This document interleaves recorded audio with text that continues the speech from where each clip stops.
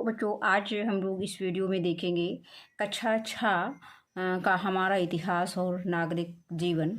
इसमें आज हम लोग इतिहास में पाठ 2 देखेंगे, पाषाण काल, आखेटक, संग्राहक एवं उत्पादक मानव। तो इसमें सबसे पहले इस वीडियो में हम लोग इस पाठ का अध्ययन करेंगे, इसके बाद हम इसके अभ्यास प्रश्न देखेंगे। तो आइए हम पाठ को पढ़ते हैं, जिससे कि हमें उसके प्रश्नों के उत्तर आसानी से हम दे सकें और उसको समझ सकें। तो दिया गया है, घर हमें जाड़े से, गर्मी से तथा बारिश से सुरक्षा प्रदान करता है। इसमें रहकर हम अपने सभी कार्यों को भली भांति कर लेते हैं, किंतु एक समय ऐसा भी था जब मनुष्य घर बनाना नहीं जानते थे। तब वे जंगलों में रहते थे। जंगली जानवरों से अपनी सुरक्षा तथा उनका शिकार करने के लिए उनके पास केवल पत्थर के ही औजार थे। अब मानव में क्या परिवर्तन हुआ, ये हम देखेंगे। तो मानव शास्त्रियों के अनुसार आज से लगभग 2 करोड़ वर्ष पूर्व मानव विकास की प्रक्रिया प्रारंभ हुई। यानी कि ये कब की बात कही गई है, 2 करोड़ वर्ष पहले जब मानव विकास की प्रक्रिया शुरू हुई थी या प्रारंभ हुई थी। इस समय उसमें कुछ महत्वपूर्ण शारीरिक परिवर्तन हुए। जैसे पहला दिया गया है कि दोनों पैरों पर खड़े होकर सीधे चलना। पहले मनुष्य, ये चित्र में दिखाया गया है कि किस तरह से मानव जो है धीरे धीरे मानव के शरीर में परिवर्तन आया, तो उसी के विषय में इसमें बताया गया है। तो फिर क्या बता रहे हैं कि अंगूठे के कारण वस्तुओं को पकड़ने की क्षमता का विकास होना, जिससे महत्वपूर्ण कार्यों को कर लेना। मस्तिष्क के आकार एवं क्षमता में विस्तार। अब हम देख रहे हैं कि ये पहले मनुष्य का मस्तिष्क इस तरह से लंबा था, फिर इस तरह से हुआ, फिर इस तरह से हुआ, फिर इस तरह से, फिर इस तरह से, फिर आज ये आधुनिक मानव की तरह इनका मस्तिष्क हो गया है। मतलब अब इसके बाद आता है कि मतलब एक कह रहे हैं आकार एवं क्षमता में विस्तार हुआ। फिर इसके बाद आगे दिया गया है कि मनुष्य में लंबाई, चौड़ाई और गहराई या ऊंचाई को देखने की क्षमता, त्रिपार्श्वदर्शी दृष्टि का होना। अब मानव के विकास, विभेद आदि की जानकारी देने वाले मानव शास्त्री कहलाते हैं।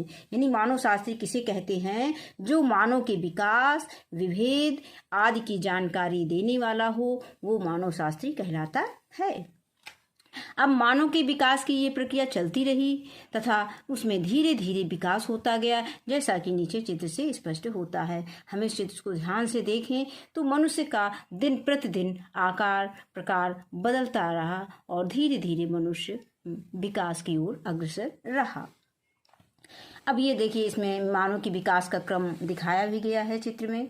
इसके बाद आगे है इसी के, इन महत्वपूर्ण बदलावों के कारण मानव अपने आसपास के वातावरण एवं परिस्थितियों के साथ सामंजस्य करने लगा। अब उसके हाथ एवं मस्तिष्क का अधिक प्रयोग करना सीख लिया था। यानी कि धीरे धीरे जैसे जैसे मानव का विकास हुआ, समय और परिस्थिति के अनुसार उसने अधिक से अधिक अपने मस्तिष्क का प्रयोग करना, हाथ और मस्तिष्क का प्रयोग करना सीख लिया और वह अपनी जरूरतों के लिए पत्थर के औजार या उपकरणों का निर्माण करने लगा। इन्हीं पत्थर के उपकरणों से हमें उसके होने का पता चलता है। अब आगे आता है पाषाण काल। जब उन्होंने धीरे धीरे पत्थर का प्रयोग करना शुरू किया और तब वो पाषाण काल कहलाया। अब पाषाण अर्थात पत्थर, पाषाण का अर्थ क्या होता है? पत्थर होता है। काल का अर्थ होता है समय, यानी पाषाण अर्थात पत्थर, काल अर्थात समय। मानव ने अपनी रक्षा और अपनी भूख मिटाने के लिए सर्वप्रथम पत्थर के औजार का ही सबसे अधिक उपयोग किया। यानी मनुष्य ने अपनी भूख और अपनी रक्षा के लिए किसका सबसे ज़्यादा प्रयोग किया था? तो पत्थर के औजारों का सबसे ज्यादा प्रयोग किया। इसलिए इस युग को पाषाण युग कहते हैं। पत्थर से बने औजारों में समय समय पर परिवर्तन हुए हैं, इसलिए पाषाण युग को 3 भागों में बांटा गया है। पहला है पुरा पाषाण काल, फिर है मध्य पाषाण काल और तीसरा है नवपाषाण काल। अब देखते हैं पुरा पाषाण काल में क्या हुआ है। पुरा पाषाण काल में मानव पहले खुले आकाश के नीचे, नदियों के किनारे या झील के पास रहता था। इससे उसे शिकार करने में आसानी होती थी। वह पत्थर के औजारों से पशुओं का शिकार करता था। शिकार से प्राप्त मांस ही उसका मुख्य भोजन था। कंदमूल तथा फल भी उसके भोजन में सम्मिलित थे।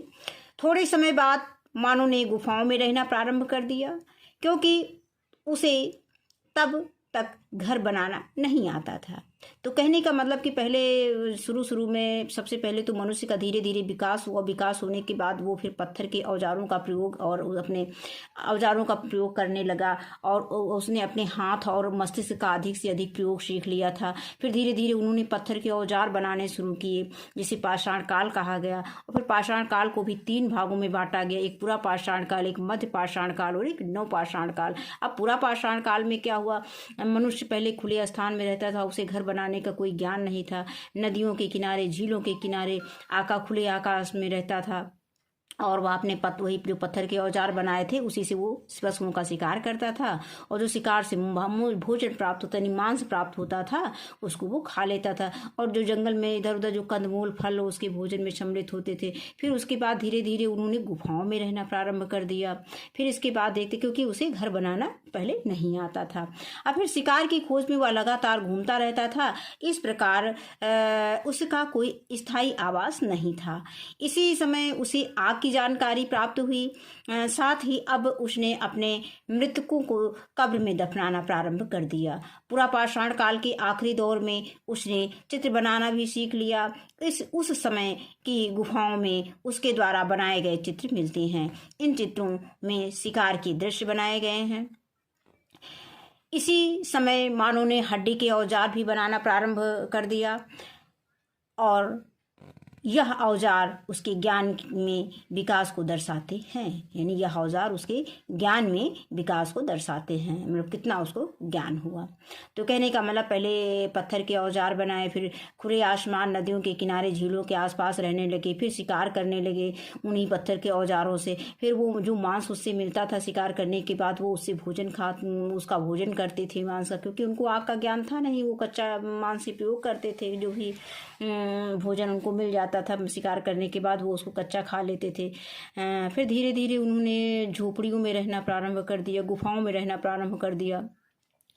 और फिर क्या किया कि उसके पास क्योंकि कोई अस्थायी आवास नहीं रहता था। फिर धीरे धीरे उनको आग की जानकारी हो गई और फिर क्या हुआ, आखिरी दौर में उन्होंने चित्र बनाना सीख लिया और चित्रकारी में उन्होंने शिकार को चित्रों में दिखाया है। जो चित्रकारी किया है, उस समय के जो चित्रकारी मिल रहे हैं उसमें शिकार के दृश्य दिखाए गए हैं। और फिर धीरे धीरे उन्होंने मतलब इसी युग में यानी पूरा पाषाण काल में ही हड्डी के औजार बनाना भी प्रारंभ कर दिया।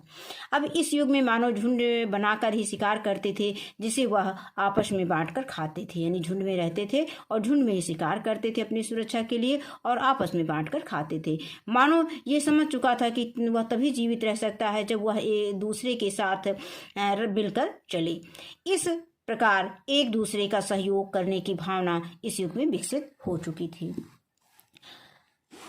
अब आगे है, उत्तर प्रदेश के मिर्जापुर जिले में मिली कुछ गुफाओं से पता चलता है कि मानव समूह में रहते थे। यानी इसके साक्ष्य कहाँ मिलते हैं कि मनुष्य जो है मानव पाषाण काल में एक साथ रहते थे, झुंड में रहते थे, झुंड में शिकार करते थे। ये जो है उत्तर प्रदेश के मिर्जापुर जिले में एक गुफा मिली है, उसमें पता चलता है। अब कैसे करते थे शिकार? आदि मानव के पास ना ही जंगली जानवरों जैसे पैने नाखून थे, ना ही नुकीले दांत, ना जबड़े और ना ही सींग। उसकी बड़ी समस्या अपने से ज़्यादा ताकतवर जंगली जानवरों से रक्षा करने व उनका शिकार करने की थी। इसके लिए उसने पत्थर के औजारों का निर्माण व प्रयोग किया, क्योंकि उसे पत्थर आसानी से प्राप्त हो जाते थे, क्योंकि पहले धातुओं का ज्ञान था नहीं और फिर पत्थर से ही उनको अपना बचाव करना था। और उनसे भी ज़्यादा मतलब जंगली जानवर बहुत खतरनाक होते थे, उनका शिकार कैसे किया जाए। तो इसके लिए उन्होंने क्योंकि पत्थर जो धातु जो मतलब जो सामान आसानी से मिल जाएगा उसी का लोग प्रयोग करेंगे। फिर आगे आता है कि यह मानव की आखेटक अवस्था थी। इस युग के पत्थर के औजार आकृति में सुडौल नहीं थे, ये बेडौल और भौड़ी आकृति वाले थे। जैसा कि चित्र में दिखाया गया है, जो औजार उन्होंने बनाए थे पत्थर के, उनका कोई आकृति नहीं थी। जैसे भी अपने दिमाग से जैसे भी उनको लगा कि हाँ हम इससे अपनी सुरक्षा कर लेंगे, उसी तरह से उन्होंने आकार को औजारों को बना दिया, उसका कोई सुडौल आकृति नहीं दे पाए। फिर आगे आता है उसी के कैसे जाना आग जलाना, मतलब मनुष्य को कैसे आग जलाने का ज्ञान हुआ, ये देखते हैं। औजार बनाने के लिए वे एक पत्थर पर दूसरे पत्थर से चोट मारते थे।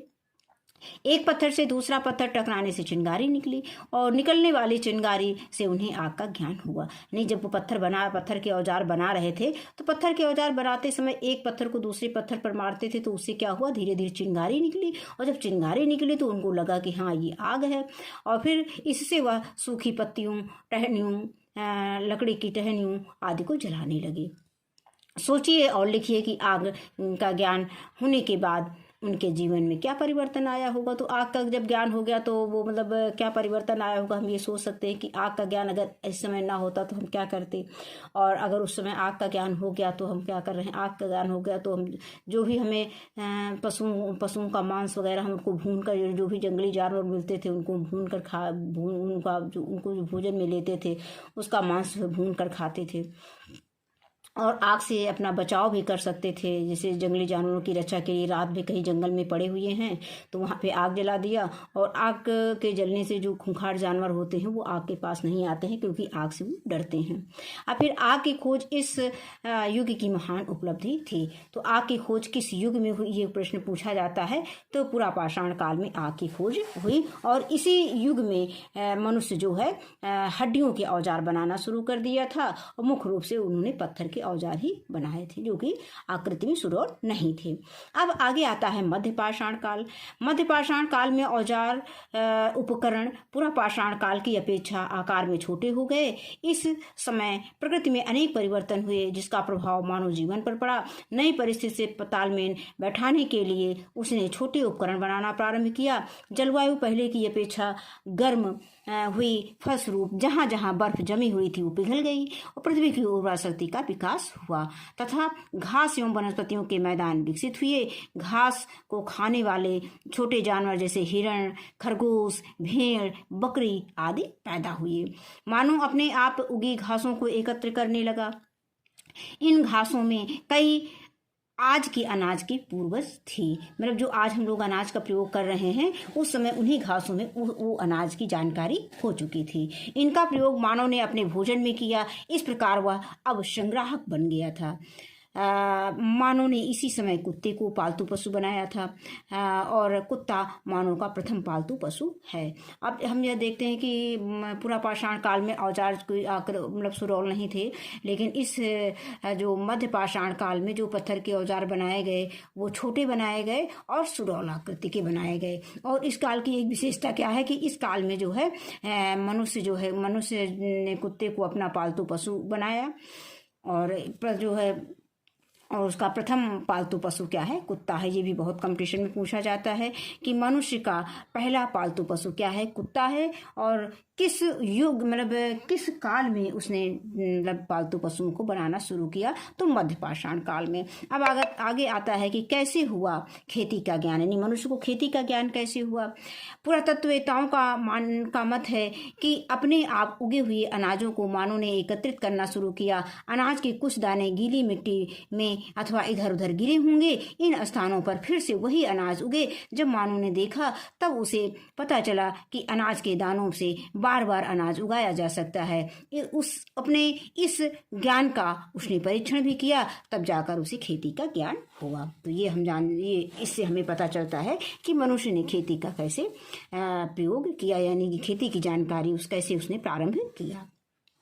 अब आगे आता है कि आप गेहूं के कुछ दानों को गीली मिट्टी या गोबर के ढेर में डालिए और कुछ दिन बाद देखिए क्या होता है। क्या होगा, ये तो हम जानते हैं कि उसमें धीरे धीरे उसमें पौधा बन जाएगा। पौधा से फिर उसमें बालियां निकलेंगी और गेहूं का पौधा नया तैयार हो जाता है और धीरे धीरे उसमें से गेहूं बन जाता है। अब आता है नवपाषाण काल। नवपाषाण काल में क्या परिवर्तन हुआ। पुरातत्वविदों का यही मानना है कि मानव ने जब से भली भांति खेती प्रारंभ कर दिया तभी से नवपाषाण काल प्रारंभ होता है। यानी जब उसने सही से मतलब भले प्रकार ने अच्छी तरह से खेती करना शुरू किया, उसी के बाद से फिर नवपाषाण काल आया। यह मानव सभ्यता के इतिहास का सबसे बड़ा परिवर्तन था। खेती के कारण मानव अब भोजन संग्राहक से भोजन उत्पादक बन गया। अब वो भोजन का उत्पादन करने लगा। इस समय उसके पत्थर के उपकरण अधिक उपयोगी और सुडौल थे, क्योंकि उन्हें अधिक कुशलता से बनाया गया था। यह उपकरण घिसकर चमकदार बनाए गए हत्थेदार कुल्हाड़ी एवं हंसिया इस समय के महत्वपूर्ण औजार थे। खेती के साथ पशुपालन भी प्रारंभ हुआ। पशुओं का प्रयोग मांस व दूध प्राप्त करने में किया जाता था। फिर अब ये देख रहे हैं कि ये जो औजार बनाए गए थे नवपाषाण कालीन औजार हैं, ये सुंदर और अच्छी आकृति के बनाए गए और उसमें चमक, मतलब इसमें उसको घिस घिस के उसमें चमक आई और इस तरह से ये नवपाषाण कालीन जो कृषि के उपकरण बनाए गए अपनी आवश्यकता अनुसार। और फिर आगे आता है कि मानव अब अपने खेतों के आसपास मिट्टी के घरों एवं घास फूस के छप्पर वाले घरों में रहने लगा। धीरे धीरे ये बस्तियां गांव बन गए। कुल्हाड़ी एवं हंसिए से क्या क्या किया जा सकता है, सोचिए और बताइए। तो हम इसको लिख सकते हैं, कुल्हाड़ी से क्या किया, किसी चीज़ को काटना है, लकड़ी काटना है या किसी भी चीज़ को काटना है तो हम लकड़ी का प्रयोग करते, वो कुल्हाड़ी का प्रयोग करते हैं। हंसिए का प्रयोग हम फसल काटने के लिए करते हैं, घास काटने के लिए करते हैं। इस तरह से हम इनको बता सकते हैं। फिर आगे आता है कि नवपाषाण कालीन मिट्टी के बर्तन, ये देखो मिट्टी के बर्तन बनाए गए हैं इस तरह से, जो भी खुदाई में प्राप्त हुए हैं साक्ष्य। अब इसके बाद आता है, अब ये मिट्टी के बर्तन बनाना भी जान गए थे। बर्तनों पर नक्काशी एवं चित्रकारी में रंगों का प्रयोग होने लगा। यानी जो बर्तन बनाते थे, बर्तन बनाने के बाद फिर धीरे धीरे उसमें नक्काशी करने लगे और नक्काशी में फिर उन्होंने कलर का भी प्रयोग करना शुरू कर दिया था। इस समय मानव ने पहिए का आविष्कार किया। ये बहुत ही इंपॉर्टेंट प्रश्न है कि पहिए का आविष्कार मानव ने किस काल में किया, तो नवपाषाण युग में, नवपाषाण काल में किया। इसका प्रयोग चाक के रूप में मिट्टी से बर्तन बनाने तथा सामान ढोने के लिए गाड़ी के पहिए के रूप में किया गया। अब आगे आता है कि खेती के कारण लोग एक ही जगह रहने लगे। फलस्वरूप नए नए कौशल विकसित हुए, जैसे मूंज की टोकरी व चटाइयाँ बनाना, कताई करना, जानवरों के बालों से कपड़ा बनाना आदि। अब उसमें सामुदायिक जीवन का विकास हुआ, यानी मनुष्य समुदाय में रहने लगा, एक दूसरे का साथ देने लगा, एक दूसरे का सहयोग करने लगा। अब शवों को दफनाने के ढंग से इनके धार्मिक विश्वास के विषय में जानकारी मिलती है। शवों यानी मृत व्यक्तियों के साथ खाने पीने की चीजें, बर्तन, हथियार आदि भी दफनाए जाते थे। इन लोगों का विश्वास था कि मरने के बाद भी व्यक्ति इनका उपयोग करेंगे, यानी जो कोई व्यक्ति मर जाता था उनके साथ उनके औजार भी दफना दिए जाते थे। ये माना जाता था कि ये जो है मरने के बाद भी इन औजारों का प्रयोग करेगा।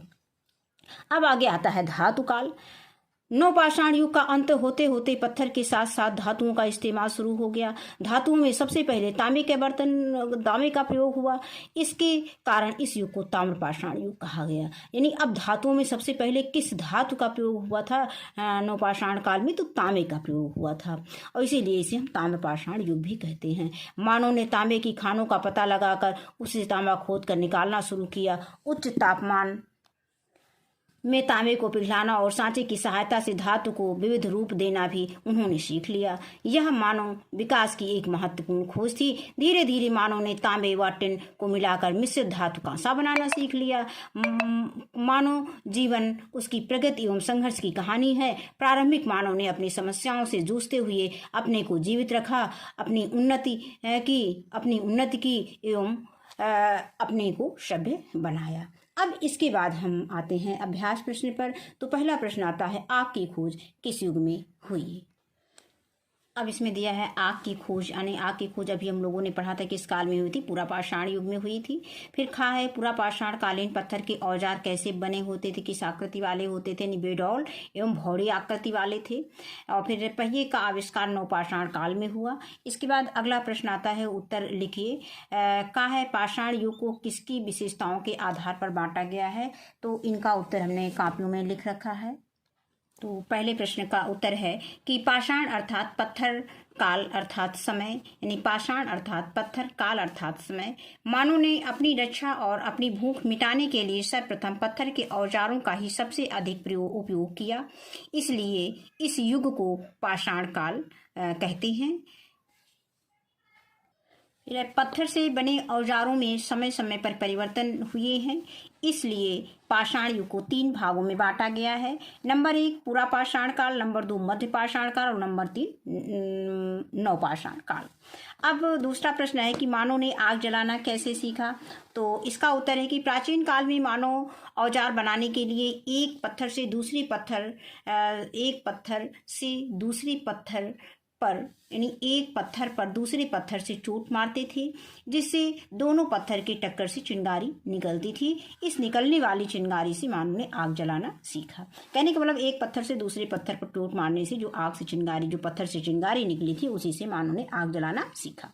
फिर आगे आता है गाय कि पुरातत्वविद नवपाषाण काल का प्रारंभ कब से मानते हैं? तो इसका उत्तर है कि जब से मानव ने भली भांति खेती करना सीखा, तब से पुरातत्वविद जो है नवपाषाण काल का आरंभ मानते हैं। अगला प्रश्न इसमें दिया गया है कि पाषाण युगीन मानव अपने औजार किन किन धातु वस्तुओं से बनाते थे? तो इसका उत्तर है कि पाषाण कालीन मानव अपने औजार प्रारंभ में पत्थरों से बनाते थे, बाद में वे तांबे, जस्ते व कांसे आदि के प्रयोग से औजार बनाने लगे। फिर आगे इसका अगला प्रश्न दिया गया है अंगा, प्रारंभिक मानव अपना भोजन किस प्रकार प्राप्त करते थे? तो इसका उत्तर है कि प्रारंभिक मानव पत्थर से बने औजारों से पशुओं का शिकार कर अपना भोजन प्राप्त करते थे, यानी अपना शिकार कर अपना भोजन प्राप्त करते थे। फिर आगे प्रश्न है कि मध्य पाषाण काल में हुए प्राकृतिक परिवर्तन का मानव जीवन पर क्या प्रभाव पड़ा? तो इसका उत्तर है कि मध्य पाषाण काल में प्रकृति में अनेक परिवर्तन हुए, जिसका प्रभाव मानव जीवन पर पड़ा। नई परिस्थिति से तालमेल बैठाने के लिए उसने छोटे उपकरण बनाना प्रारंभ किया। जलवायु पहले की अपेक्षा गर्म हुई तो पृथ्वी की उर्वरक शक्ति का विकास हुआ तथा घास एवं वनस्पतियों के मैदान विकसित हुए। घास को खाने वाले छोटे जानवर जैसे हिरण, खरगोश, भेड़, बकरी आदि पैदा हुए। मानव अपने आप उगी घासों को एकत्र करने लगा। इन घासों में कई आज के अनाजों की पूर्वज थे। इनका प्रयोग मानव अपने भोजन में किया। इस प्रकार वह अब संग्राहक बन गया और उसने कुत्ता पालना शुरू किया। तो इसमें एक इम्पॉर्टेंट पॉइंट है कि कुत्ता मानव का प्रथम पालतू पशु था। अगला प्रश्न है प्रश्न संख्या 3, सही कथन के आगे सही का निशान और गलत कथन के आगे गलत का निशान लगाइए। तो नंबर का दिया गया है कि मानव ने अपनी जरूरतों के लिए पत्थर के औजार का निर्माण नहीं किया, तो ये कथन गलत है, इसमें क्रॉस का निशान लगा देंगे। फिर है पाषाण युग को 3 भागों में बांटा गया है, ये सही है। फिर आगे है मध्य पाषाण कालीन पत्थर के औजार आकार में बड़े थे, ये गलत है। अब है पूरा पाषाण कालीन पत्थर के औजार बड़े थे, मध्य पाषाण काल में पत्थर के आकार छोटा हो गया था। फिर कुत्ता मानव का प्रथम पालतू पशु है, ये सही है। फिर आगे है हत्थेदार, कुल्हाड़ी एवं हंसिया नवपाषाण काल के महत्वपूर्ण औजार नहीं थे, तो ये गलत है। फिर आगे आता है कि मानव ने तांबे व टिन को मिलाकर मिश्रित धातु कांसा बनाना सीख लिया, ये सही है। फिर आगे आता है प्रश्न संख्या 4 कि मानव ने इधर उधर घूमने के बजाय एक ही स्थान पर रहना प्रारंभ कर दिया, क्योंकि नंबर का है उन्हें एक ही स्थान पर जरूरत भर का पानी उपलब्ध था। फिर है उनके पशुओं के लिए चारा पर्याप्त था। फिर है उन्होंने खेती करना शुरू कर दिया था। फिर आगे है जंगली जानवर पर्याप्त मात्रा में मिलने लगे। उपयुक्त में से जो सही हो उससे संबंधित गोले को काला करना है। तो इसमें हमने देखा कि पहला का है कि उन्हें एक ही स्थान पर जरूरत का पानी उपलब्ध था, ये सही है, इसको काला कर देंगे। फिर आता है आगे कि उनके पशुओं के लिए चारा पर्याप्त था, ये भी सही है, इसको गोला काला कर देंगे, इसको काले पेन से। फिर आगे आता है उन्होंने खेती करना शुरू कर दिया था, ये भी सही है। फिर इसी के आगे एक और खंड घा दिया गया है कि जंगली जानवर पर्याप्त मात्रा में मिलने लगे, ये गलत है। तो इस तरह से हम का, खा और गा, ये सही है, इस गोला को हम काला कर देंगे। तो ये पाठ हमारा यहीं पे कंप्लीट होता है, समाप्त होता है। इस वीडियो में बस इतना ही। वीडियो देखने के लिए बहुत बहुत धन्यवाद।